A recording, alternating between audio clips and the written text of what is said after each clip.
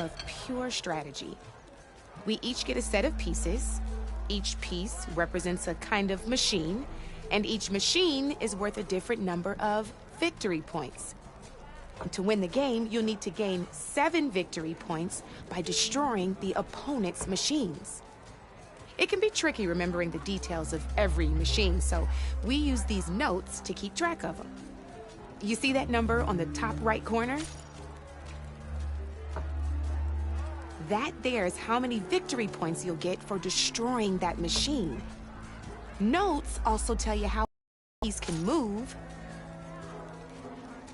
how powerful their attacks are, the distance they can strike from, and of course, their health. Okay, that's enough for now. Let's just play. I'll explain the rest as we go. I own the board, so I get to choose who goes first. Since this is your first time, I'll let you go. Usually you get to choose which pieces to set on the board, but this will do for now.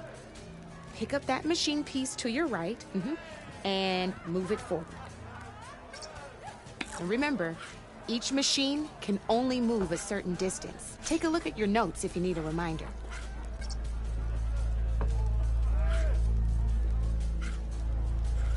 Easy enough, huh? Now, you get to move 2 machines each round, so go ahead and pick a second machine. Perfect. There's not much else to do for now, so just end your turn. We're forging onwards. Let me move my pieces here. And we're back to you. This time, why don't you try attacking one of my pieces? Try with that machine on your right first. Now move the piece close enough. When performing an attack, you'll be testing your machine's combat power against the opponent's. A machine's combat power is a combination of the terrain your machine is standing on and its own attack power. This and your current machine has 2 points of attack power. So in total, your machine's combat power equals 2 points. And just like your machine, it's not affected by grassland terrain. So right now, the difference in combat power between the 2 machines is 2 points. This means, did you get all that? Knew you were a smart one. Finish.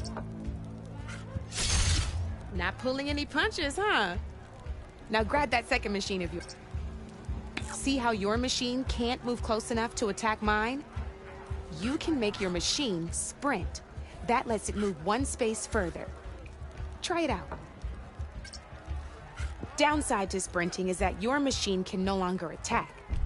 Now, some players like to take a risk and overcharge their machine in cases like this. Overcharging lets you attack after a sprint, but it will damage your machine's health by 2 points.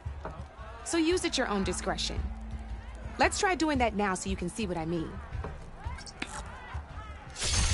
That's about it for your turn, then. Now, I'll let you in on a neat trick. That machine of yours, the one closest to me, grab a hold of it. Same as in the wilds, machines have both armored points and weak points. You can see them marked on the pieces. Blue shows where their armor is thickest. Hit them there, and you'll do some damage, but not a lot. Now, red shows the machine's weak points. Hit those, and you'll deal a mighty blow. Here, let me show you. Rotate that piece so your machine faces mine. Now let that machine have it. Off the board she goes, and there's your first victory. You don't have 7 of them yet, so let's keep going. Your machine attacked mine, but hasn't moved yet. Go ahead and move downwards towards my remaining piece. You've already attacked a machine and moved your piece. But if you overcharge your machine, you can attack a second time. And you'd be sacrificing your piece to defeat mine. But sometimes that can be a good thing. Overcharge your machine to attack mine as...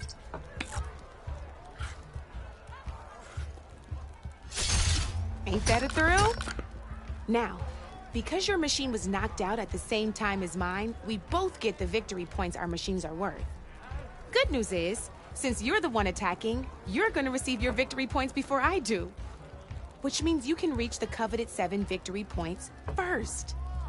That's why sometimes losing a piece can be the best way to... Now, you'll notice you didn't get quite up to 7 victory points this time, but you did destroy all my pieces. That means you're the winner! That wasn't so hard, was it? Just remember to always check for the best terrain to attack from. You'd be surprised the advantage you can gain over an opponent like that. I know it saved my behind in a game or two. I'll try and remember that. Oh, before I forget, these are all my spare pieces. I want the Savior of Meridian to have them. It's a small set to be sure, but it should be enough to get you in on any strike games. You might even fancy looking out for them strike carvers. They've got all kinds of unique pieces that can turn a game in your favor, though they'll need the right materials to craft you. Or you might find them in the wild. No, I've lost my fair share of pieces after a night of machine hunting or brew hopping. No need to thank me, always a pleasure to help out. Now, if you feel like playing a real game, I've got plenty of other boards. I could even teach you a few more tricks if you're up for it. Thanks. I'll think about it.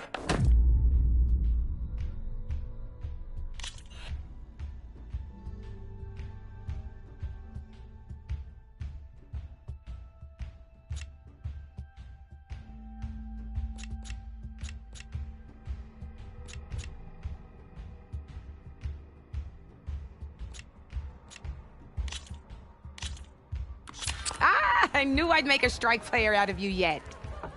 How about this time I tell you how to use a board's terrain to your advantage? This one's got all the different terrains you can encounter in a game of Strike. Knowing when and how to use them can mean the difference between victory and defeat. Terrain mainly affects your machine's combat power. As you know, when fighting an opponent's machine, you compare its combat power to yours. The higher your machine's combat power, the more damage you can do. So finding the right terrain is an essential strategy for overpowering your opponent. Here, grab that piece to your left and move to attack. Now let's take a look at your machine's combat power.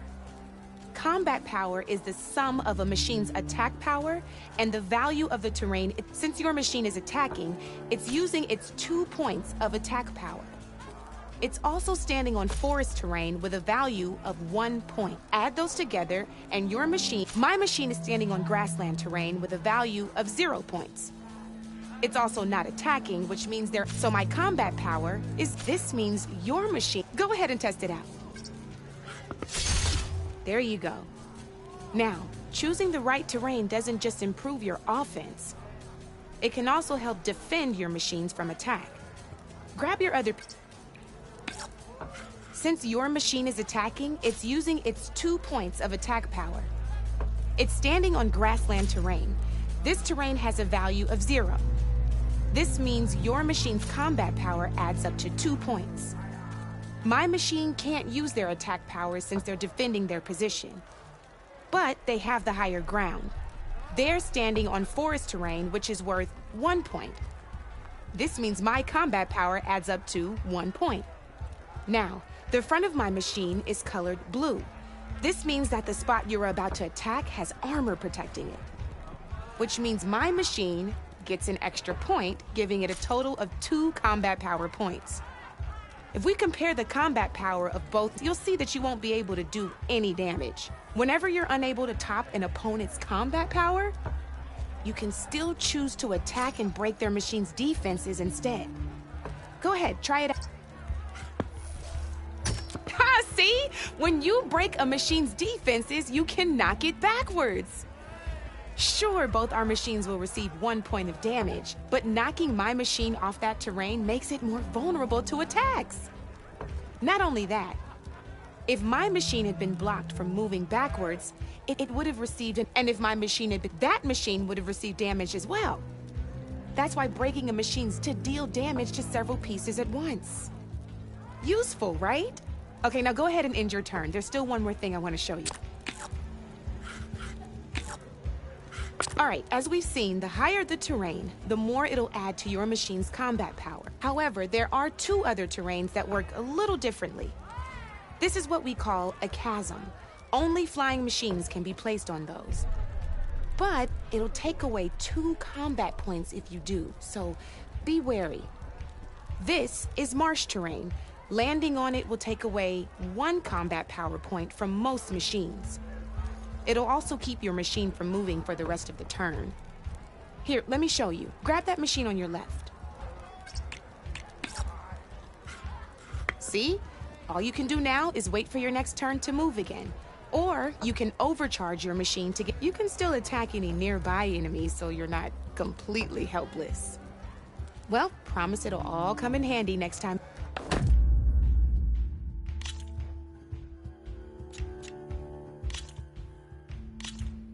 Here for more tips? Why don't I tell you a bit more about the pieces we used to play? In a normal game, you get to choose which machines you place on the board.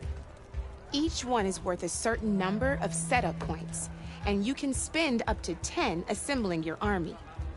Knowing what each machine brings to the game and building an army that matches your strategy is the key to becoming a machine strike master. When assembling your army, there are a few things to keep in mind.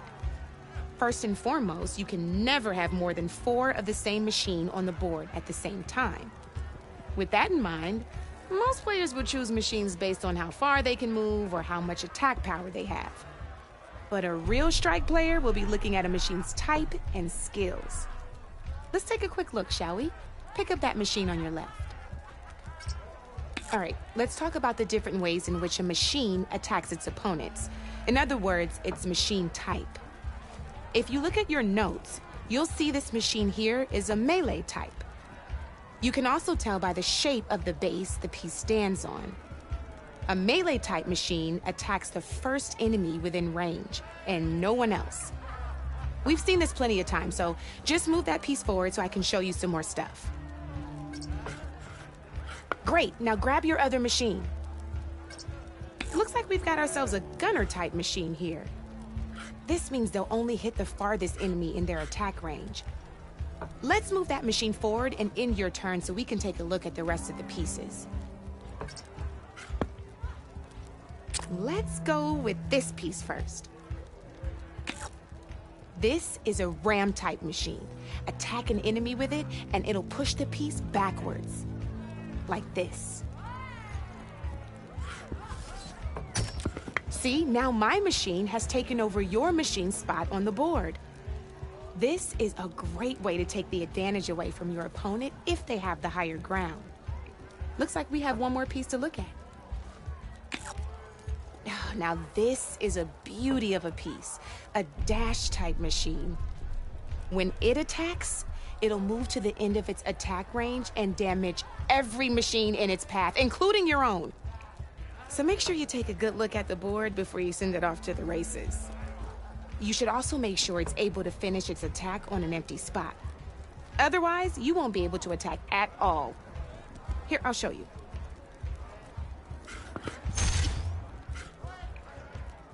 Look, it even rotated your piece. A nifty little piece you'll definitely want in your set. If you look at your notes, you'll notice this particular machine has one of the skills I mentioned before. There's quite a few of those, and we haven't even looked at all the machine types yet. But I'm pretty sure you've got more important things to do, so I made you a list. It's got all the tips and tricks we talked about, too. I think that about does it for now, so if you want to play a real game, just let me know.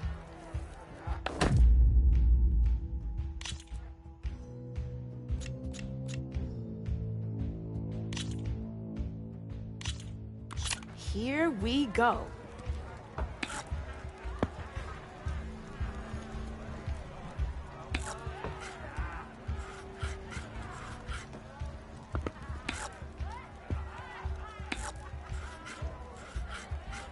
My turn.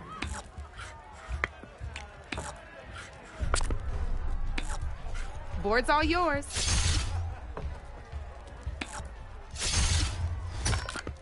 Just One piece left. That sure dampens the forge.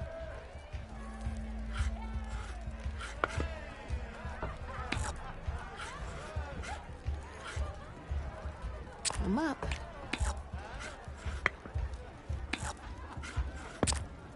That's it for me.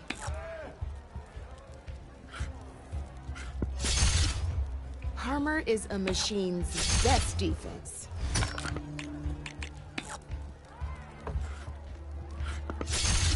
Ah, looks like I lost.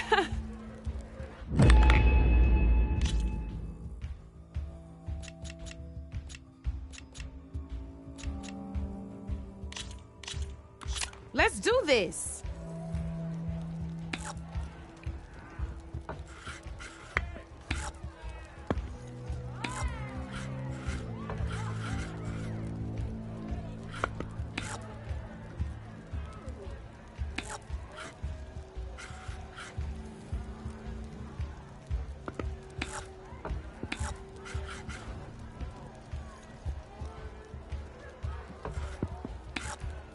You're up, Red.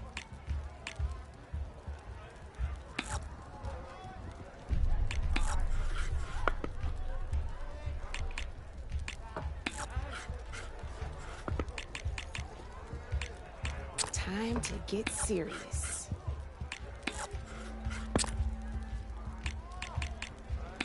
Your move, Red.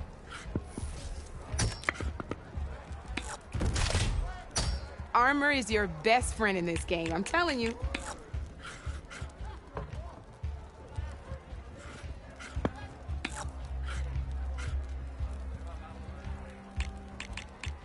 Time to make my move.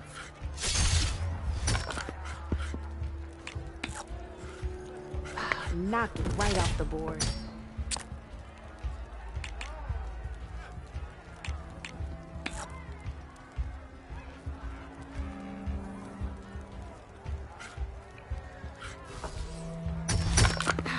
Off the board it goes.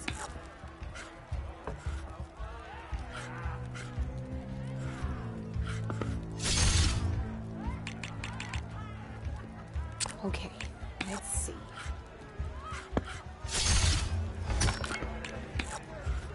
Your turn.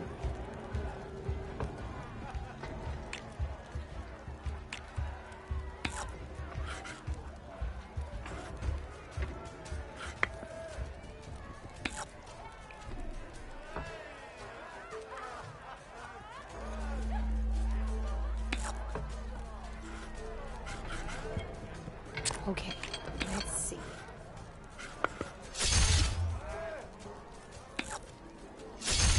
That's the game. You up for a rematch?